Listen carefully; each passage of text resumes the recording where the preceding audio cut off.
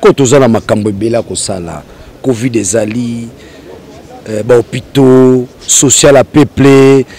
Quand quelqu'un se réveille un bon matin, on a une réflexion du genre à Noël Tchani, congolité. Donc, tu es en perte de vitesse, il est pas rationnel.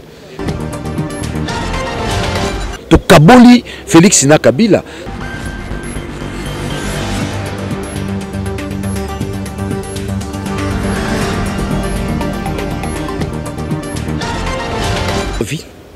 Daniel Saf Eli de Kinshasa, originaire du Congo central, je me retrouve avec les Katangais, où Kimbangu a bouclé la boucle.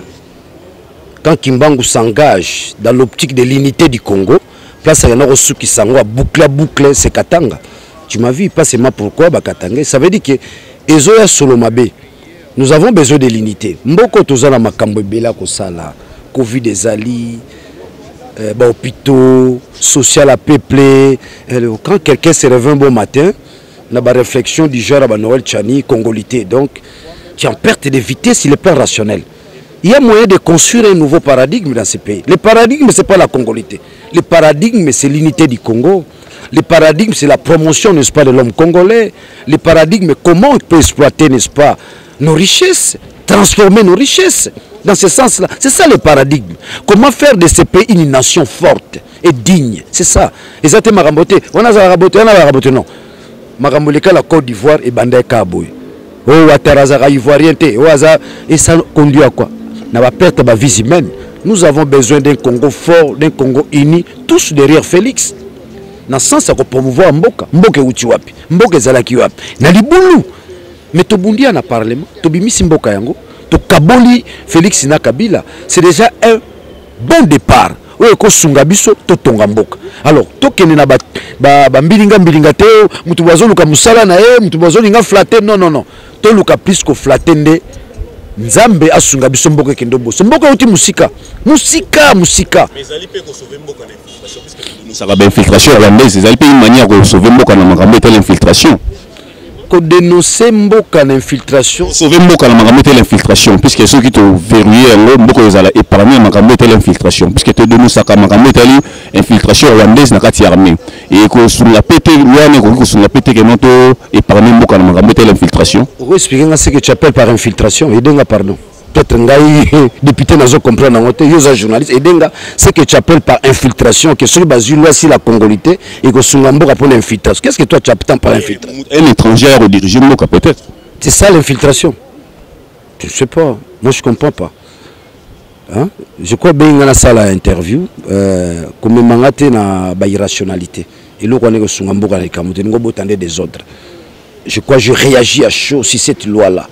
Oya roya na ngwa ya penaza mobali akota na parlement omoni ebandi omoni ba député Katangais omona msusu ba roya ba non gardons la cohésion nationale, tout garder cohésion nationale. Karl Marx a dit les philosophes ont interprété le monde mais ne l'ont pas transformé. Biso mandat toujours n'a tout transformé, le commun quand même qu'on arrive à atteindre le niveau de la transformation. Transformation de l'homme congolais, transformation de la richesse congolaise, transformation de la journaliste. Yomo peut tout transformer parce qu'aujourd'hui, si nous n'avons pas une bonne presse, nous n'aurons pas la démocratie dans ce pays. Telle est la presse commis. Si vraiment il n'y a pas un encadrement de la presse, c'est la presse qui doit nous conduire vers la démocratie. C'est la presse qui peut nous aider à obtenir la démocratie. Mais ce qui presse en gros, transformation. Donc, ce que nous voulons, que les choses se transforment. Tous à la bomoko. Katanga mimona mukongo mimona muluba mimona mungala mimona donc toza batu moko touche sika moko touche na Congo dian totila tous toza batu moko donc c'est pour dire que batu bakomi ko réagir loi nezotali samake bozo cibler mutu moko bozo banga toni dans la démocratie to banga raté to banga des peuples ndende mutaro kata likambo te muto to voter te pour la nini aza congolais 100% te muto to voter wala congolais 100% dans ce sens là et muto wazo cibler na appelle le CLT toujours ça l'émission toujours ça l'interview on fait l'interview on a vu wazo cibler muto wazo appelle le CLT baza peut-être mieux belé na mboka on veut juste que la mboka est dirigé par muto mususu azali 100% congolais. Je crois que j'ai répondu à vos questions sagement. S'il y a encore une autre question tu me poses, je réponds directement pour éviter la cacophonie. Alors, On peut vous poser directement la question concernant la destitution de l'honorable Jeannette Kabila dans la commission de défense. Il y a qui monte au travail qui n'a et c'est le minimum collaborateur, collaboratrice qui n'a pas. Papa, non qui passe dans mon thème. C'est pourquoi je dis nous avons une mauvaise presse dans Mboka. On l'a pas destitué, c'est automatique. Ils n'ont plus la majorité. Basé sur la majorité. De comme une union sacrée. Et parce qu'il y a une union sacrée dans la majorité, c'est automatique. Bah destitué, bah bengani était non. C'est automatique. Ils ont été dégoûtés Christelle Vouanga, qui a droit de l'homme. Quand il y a une mutation, alors on a droit de la commune à jarre famille. Bino boza ba pandi sango. Et sengeli boye ba makambo wana na mayele nyonso yakana parler du peuple. Foyeba, kolbate ba destitué. Mais même ba expression mo ya repé ça peut mutu moi valeur on. Asa député. Non, ba bengani était ba destitué. C'est une imitation. C'est une imitation quand on a qui gouverneur à Longwe. C'est-à-dire que maintenant la majorité a changé de camp.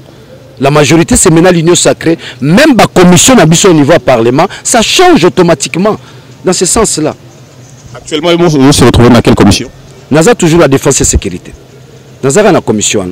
Nous avons la défense et sécurité. Peut-être, nous avons vice-président, nous avons comme président de la commission, il y a sous-commission. Dans ce sens-là. Sinon, je suis toujours dans ma armée, dans ma police. Nous avons le bagaté. Parce que le bimbo est ziki. Dans le bagaté. Makambo armée, nous sommes tenus au secret. Au babengi secret d'État. Parce que nous avons expliqué nous avons armée, mais nous avons la balabala. Si on a dit que les canaux lobby na Ituri, si on a dit que les canaux lobby na Rutshuru, on ne peut pas dire ça. On est tenu au secret. Il y a un secret d'État. Il y a un Daniel Sav, je suis un homme d'État. Un homme d'État, c'est celui qui construit, pas celui qui détruit. Celui qui construit est censé garder certains secrets. Alors, tout le président de la République a visité Bandeko Nabiso à Goma, au Kenepe na Ituri. Un nom pour Bandeko Bazar, moi, meurtri, na Makamo, Talaki Volcan, na Makamo, Zolikana, Ituri à Adefouana. Si vous avez un mot en tant que député national. Je suis dans l'armée, je suis dans la police. Je ne sais pas dire des choses comme ça. Un mot, Nazoka Mawa, Bandeko Nanga, député Bazo Tambola pour soutenir FARDC, non. FARDC se soutenir na balabalate. FARDC to senga to bakise la bango budget. Ne siko tozo bakisa kita mboka tozwa pour na FARDC na biso to sili sabitumba kuna to bakise la bango mbongo. Donc c'est à dire que nous devons nous battre nous députés ya ko améliorer enveloppe ya ba soda na ba policier et mata ba futa malamu baliaka malamu bala lesika malamu. Ne sika au président ki eza lokumu na biso union sacrée akeko bondo bango mitema Akiko pesa bango likia. Pambate président Zali moko kati na biso ya Yambo. Le premier citoyen d'entre nous. Tanga comme sika wana, on m'a pesa likia. Ba peuple azana pose likia. Motoya kaka na likia ezali mokonza mboka.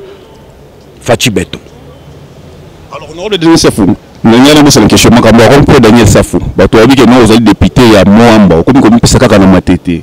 L'isolo a repos Daniel Safou créé moi jalousie et pas à la commune sous Wali se concentrer dans ma tête mais pourtant vous avez voté na moi babou te wana za lokuta yuza jeunesse ko babou te naza partenaire nanga bana na mombele mama sa mombele na lo banté rompo za libako za ke sika salité malam na longoli mina salika romponte na sali ya mingi nazo sala pe ya mingi osoko ki mutalobi akangamika na matete te wana za bilobele zangatina nazo sala nyonso et pinga nazaka na circonscription na ngai te au Kanga na parlement na lobi la makambo ya bamboka mususu non wana za libaku za ki salité na talicité bako comme c'est sika na propre au bako loba non moi je ne fonctionne pas par rapport aux échos qui nous parviennent yango na français biso ba totangi français hein bato bazo loba na français ba les échos qui nous parviennent non na ko répondre bato te bazo raisonner sur ndeni nga zo koba na musana nga objectif na ngezali ko bambola na 2023 hein yo mupanzi sango yebisa bango Daniel Safou objectif na akobambola na 2023 so bat ba mone kaka mandat ezaki par hasard nazo bambola lisusu ya mbalodo oya ko yana ngai na 2023 na mu amba le numéro 1 c'est Daniel Safou mais nazo kende nango les députés les mieux élus à Villa Kinshasa ya Congo kutu blagité bangunza bazali Fumukimbango azali papa Mpadi azali Mbumba Philippe azali la puissance ancestrale ezali nazo gagner bango neloko wana Kingunza Bunzambe mutupe salaka Daniel Safou aussi Kingunza qui a quelqu'un so batelo oni ozo lingo yebala ba mituno tuni aso misolo bituna. Merci beaucoup honorable.